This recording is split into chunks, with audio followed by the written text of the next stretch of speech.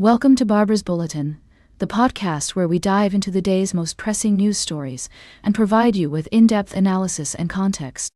I'm your host, Barbara, and I'm glad you're joining us today. We're starting off with a fascinating story that's been making headlines around the world. President Donald Trump has been on a tour of the Middle East, visiting Saudi Arabia, Qatar, and the United Arab Emirates. During his trip, he's been touting a new approach to U.S. foreign policy in the region, one that focuses on making deals and securing trade contracts rather than getting bogged down in geopolitical crises. According to reports, Trump has been marveling at the wealth of his Arab hosts and has even floated the idea of upgrading Air Force One and the White House with the help of his new Middle Eastern friends. But not everyone is pleased with the president's approach. Critics argue that he's abandoning decades of U.S. interventionism in the region and ignoring human rights concerns in favor of lucrative business deals. The trip has also been marked by controversy, with Trump facing backlash for his comments on LGBTQ issues and his administration's attacks on the community. Meanwhile, former officials are speaking out against the flood of foreign money into the U.S. political system, warning that it poses a significant threat to national security and good governance. As we delve deeper into this story, we'll explore the implications of Trump's new approach to Middle East policy and examine the potential consequences for the region and the world at large. We'll also hear from experts and analysts who will provide their insights on the matter. It's a complex and multifaceted issue, and we'll strive to provide you with a fair and balanced view of the situation.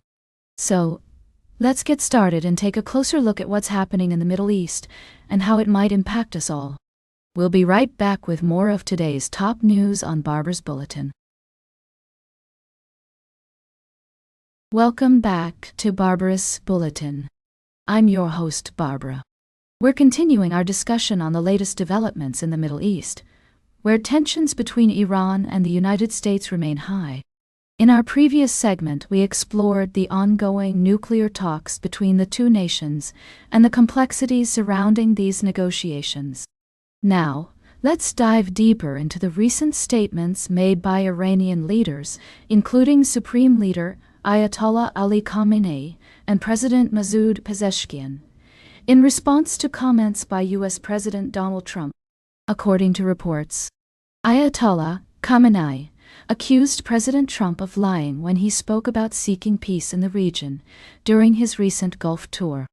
Ayatollah Khamenei's remarks were quite strong, stating that the U.S. uses its power to support the Zionist regime and drop 10-ton bombs on the heads of Gaza's children.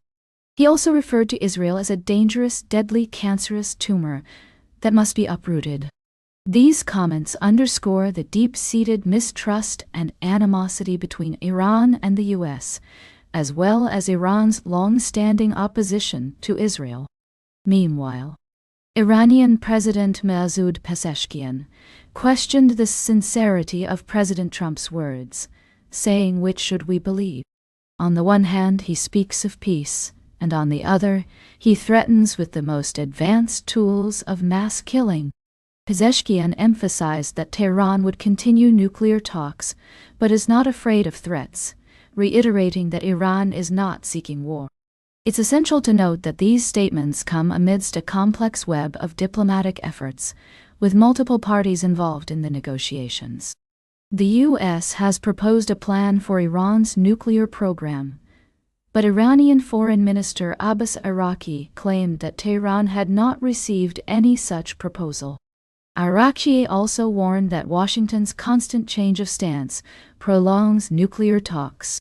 As we analyze these developments, it's crucial to consider the historical context and the various interests at play.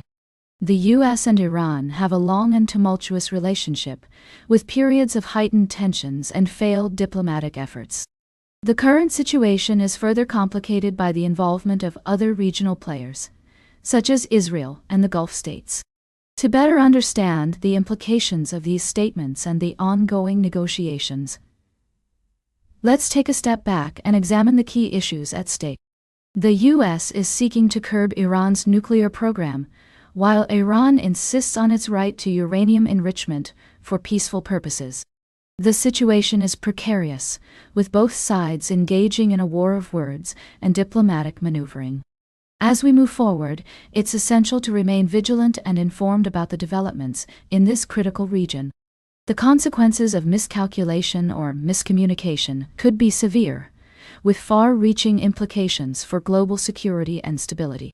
Stay tuned for our final story of the day, right here on Barbara's Bulletin, where we'll explore another critical aspect of international relations and their impact on our world.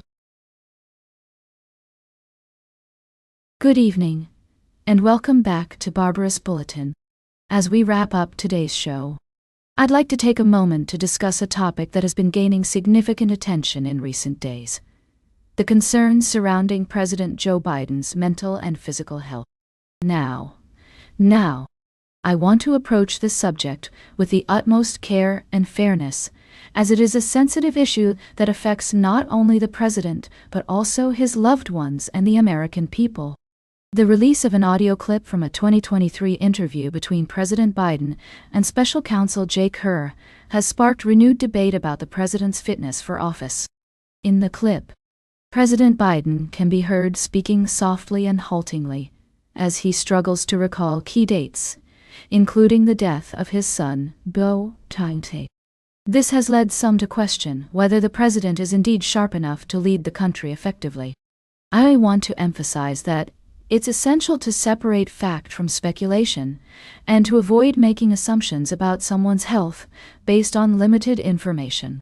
It's also crucial to recognize that people can have varying levels of cognitive function, and it doesn't necessarily mean they are unfit for their duties. That being said, it's understandable that the public has concerns, especially given the high stakes of the presidency. As Senator Elizabeth Warren pointed out in a recent interview, even those close to the president have had to rationalize his behavior, which can be concerning. As we navigate this complex issue, I encourage our listeners to approach it with empathy and nuance. Let's focus on having informed discussions, rather than resorting to speculation or partisanship. It's also worth noting that the Biden administration has already released a lightly redacted transcript of the interview, but not the audio, citing executive privilege. While this decision may raise some eyebrows, it's essential to respect the process and allow for the proper channels to handle such sensitive information. In conclusion, as we consider the implications of President Biden's health on his presidency, I urge everyone to remain level-headed and open-minded. Let's prioritize fact-based discussions and avoid jumping to conclusions. That's all for today's Barbara's Bulletin. Remember to like, share, and subscribe. And until next time, stay engaged. That's all for today's Barbara's Bulletin. Remember to like, share, and subscribe. And until next time, stay engaged.